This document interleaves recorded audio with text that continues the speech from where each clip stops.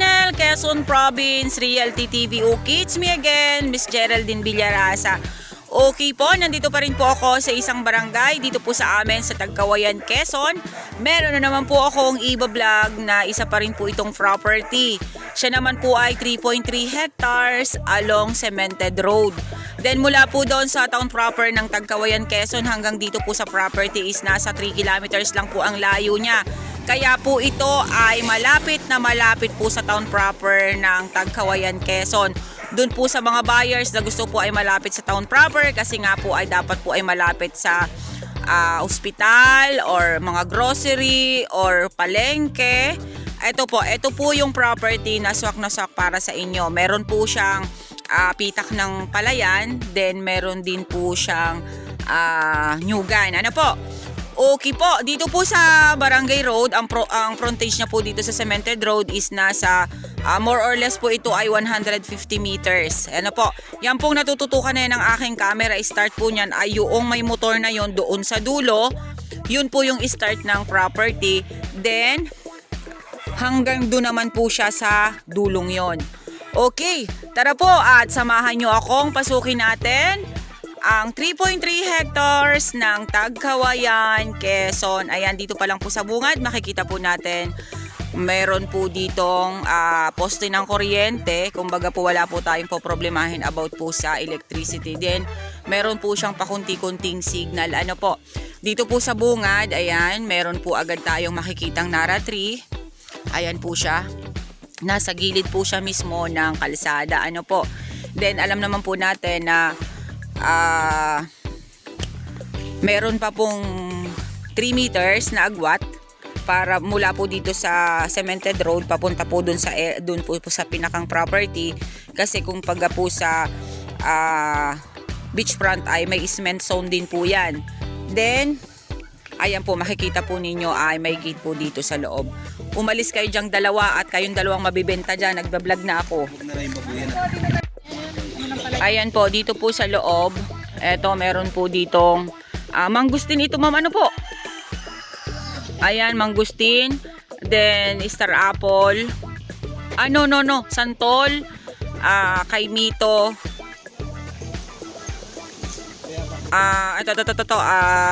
Lukban. Then, ayan po, marami po ditong fruit bearings.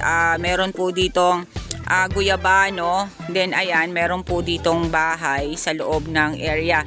Then meron po siyang ilang pitak ng babuyan dito po sa loob mismo. Hindi po pwede akong pumunta dun sa loob ng babuyan kasi maselan po ang mga ganyan. Hindi po pwedeng may ibang tao na pumasok dyan kasi nga po umiiwas din po sila sa virus. Ano po? Ayan, eto po, may mangga po ditong malaking puno sa side na to. Then dun sa side na yon ay meron po siyang sampalok. Then ayan, may chiko po dito sa side na yan, mangga pa rin. Then bayabas, meron po ditong ano bang Tagalog ng hiba? Kamiya, sorry po. Abay naman. Okay, ayan po siya. Ayan po yung loob niya dito po sa may bakod na are. Ayan po. Dito tayo magbabaybay na yun sa palayan. Ayan. Okay, ito pa rin po yung nandoon sa may babuyan. Ano po, ayan po siya. Napakarami po rin dyan fruit bearings pa rin sa side na yan. Ayan, may mga buko po dito sa side na to. Ayan. Okay po, dito naman po tayo sa may palayan. Ayan. Ito pong sa palayan na to, yung pong bahay na yon, ayun. Teka po, at isusum natin, yan, yung bahay na yan. Diyan po nag-start yung palayan. Diyan po nag-start yung property, ano po. Then yan pong nakikita nyo pong yan na palayan, kasama po yan dito sa 3.3 hectares. Then ayan, umikot po yan dyan. Ayan, about po naman sa tubig, para din po ito yung Camarinesor. Meron po silang irrigation dyan, ayan. Kaya po wala po silang problema sa source of water pagdating sa palayan kasi may irrigation po silang napagkukuha na ng tubig. Okay. Okay po, ito pa rin po yung likod nung may gate kanina. Ayan, may mga ilang puno po dito ng lansones. Ayan, namumunga na po yan. Yung mga lansones na yan. Yan pong nyuga na yan. May mangga pong malaki pa rin doon. Kasama pa rin po yan sa property. Okay, ayan po. Makikita po ninyo yung pong palayan. Pinakang malawak po sa kanya is palayan. Ano po? Ayan, napakahaba po ng frontage niya sa barangay road, sa cemented road. Then ayan, kasama pa rin po yung palayan na yan. Ito po yung likod ng may peggery. Then ayan po yung sabi ko sa inyo na may ilang puno na lansones. Then yun pong mahoganihan na yun, kasama pa rin po yun sa property. Then yan pong mga nyuga na yan, ayan, kasama pa rin po. Ayan. Yan, may mga saging, ayan po, may mangga pa rin po dyan na malaking puno, bali 2 puno po ng manggang kalabaw. Okay, tara po doon sa kabilang side. Ang ganda, plat na plat dito kahit sa likod. Oo. Okay. Ang ganda po, Napakalapit lang po nito sa bahayan. Kita naman po ninyo, napakaganda po ng tubo ng palay. Ayan, yung pong may Madre de Cacao na yon, dun sa may bahay na yun na simentado, yun po yung boundaries nila dito. Ano po, sa kabilang side na to. Ayun, pasok pa rin po yung mga manggang yun dun sa side na yon. Kasi malaki po talaga ang 3.3 hectares. Ano po, ito pong palayan, sabihin pa na po natin ang palayan ay nasa 1 hectares. 1 hectare po ang palayan, then yung to the rest po niya ay yan na, nyugan, kakahuyan. Ayan, napakarami po niyang mahogany dito sa side na to. Ayan, manggang kalabaw pa rin po itong side na to. Then ayan pa rin po ang property. Plat na plat po dito sa loob. Wala po itong bundok. Hindi po katulad ng iba kong nabablog na may mga bundok. Ito po ay 100% flat land po ang area. Tara dun sa may ilog. Okay, ang boundaries po dito ay ilog. Ayan po. Meron pa rin dong langka. Marami po siyang fruit bearings. Ayan, mga mahogany po itong sa side na to. Nakakatakyot naman ditong pumunta sa may ilog. At medyo malambo ang damo. Dito tayo sa medyo... Oo, dito ang bahay nak, no? Sus, Mariusep. Tanaw ang iyong hacienda. Ayan po. Sarap sana. Okay, ayan po, yan po yan. Kasama pa rin po yan. Ayan. Naghahanap po ako ng pwede kong madaanan. Kasi may mga damo pong yan. Baka po mamaya ay merong nakapulupot. Yan, kasama pa rin po yan sa property. Itong mga kahoy na yan na malalaki. Abay, pwede na palang panggawa ng bahay itong mga mahogany dito. Ayan o, isang yakap na o. Ang dami. Ayan po, isang yakap na po yung mga mahogany o. Ayan. Tama nga naman po yung tinanim nung may-ari. Kasi pagka ganyan may mga puno na ganyan, hindi po maano yung lupa nila. Hindi po kakainin ng ilog. Or hindi po matitibag ng ilog. Ay, ito po ang source of water.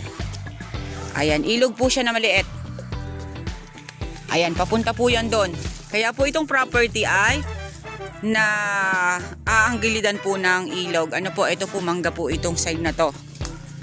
Ayan, ito pong mga mahogany yan, pwede na rin po siyang i-harvest para gawin siyang bahay. Okay po, ayan pa rin po ang property dito sa kabilang side. Napakarami pa rin po niyang fruit bearings dito sa side na to. Ayan, marami pa rin pong mga langka. Then ayan, halos puno po ng mahogany dito sa gilid po ng ilog mismo. Then ayan, pantayan pa rin po dito sa side na to. Kasi nga po, ang boundaries po nila ay yung Madre de Cacao na yon. Ayan, hanggang dun pa po yan. Ayan, papunta po yan dun, papasok pa po yan dun. Then, ang pinakang end po niyan ay yung ilog doon naman sa side na yon. Ayan, makikita po natin, napakaganda po ng tubo ng mga palay niya, oh. Napakasarap po sa pakiramdam ng pag itong palay na to ay yung malapit na po silang maunga. Tapos ay nandito ka po sa gitna. Maamoy nyo po yung simoy ng palay. Nakakatanggal po talaga siya ng stress. Ayan. Napakaganda po nung area. Yung pong estimate ko po sa palayan is nasa 1 hectare po siya. Then yung 2 hectares po ay yun na yun, yung nyugan, mga kahuyan, yung mga may fruit bearings. Dito po sa side na to magandang magtayo ng bahay. Ayan. Then kung yun naman pong bibili nito is gustong magbaboy, ayun nga po, may babuyan po doon sa may gilid ng kalsada, yung pong pinasok natin kanina. Ano po, na hindi nga po tayo pinatuloy ng seller kasi nga may mga baboy po sila. Bawal po kasi yung labas-masok ng tao doon. Kasi nga po yun, baka po may dalang virus yung tao.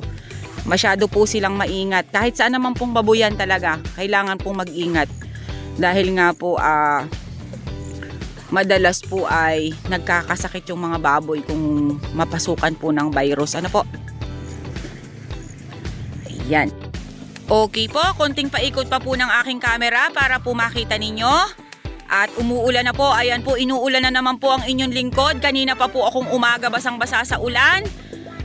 Talaga pong pinilit po namin na makapag-vlog po ngayong araw para po may ma-upload ako sa ating YouTube para po meron kayong mapanood sa aking mga vlog ngayon.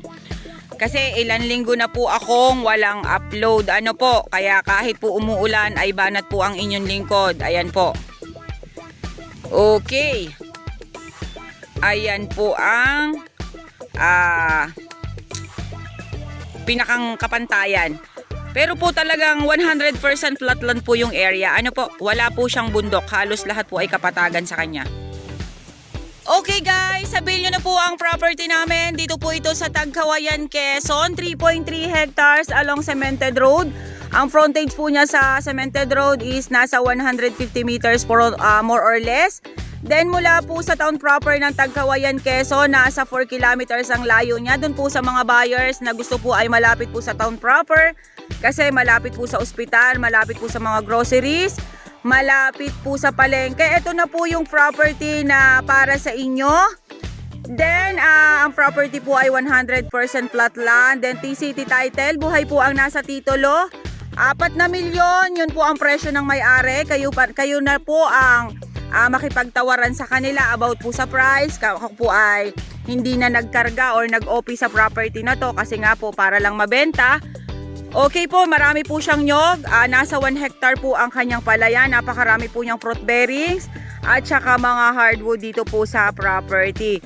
Ayan, meron din pong cellphone signal at meron po tayong electricity. Ang source po ng water niya is ilog. Okay po, once again po ako po ulit ang inyong site locator, si Miss Geraldine Villarasa. Muli po ako naglalambing. Pa-like and share po ng aking mga vlog and pa-subscribe na rin po ng aking YouTube channel, Quezon Province Realty TV. Okay po, thank you po for watching. Bye-bye, umuulan na po.